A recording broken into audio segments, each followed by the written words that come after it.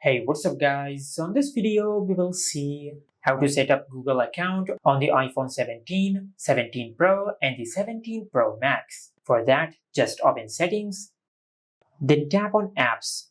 Now from this app list, just open the Mail app.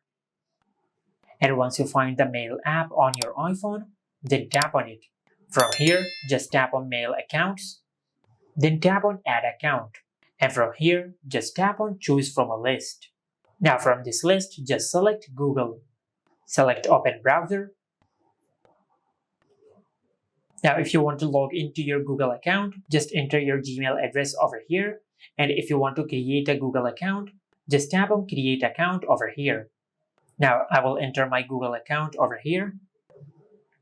After you enter your Gmail address over here, then tap on Next. Now in this section, just enter the password of your Gmail address or your Google account. After you enter the password of your Gmail address or your Google account, then tap on Next.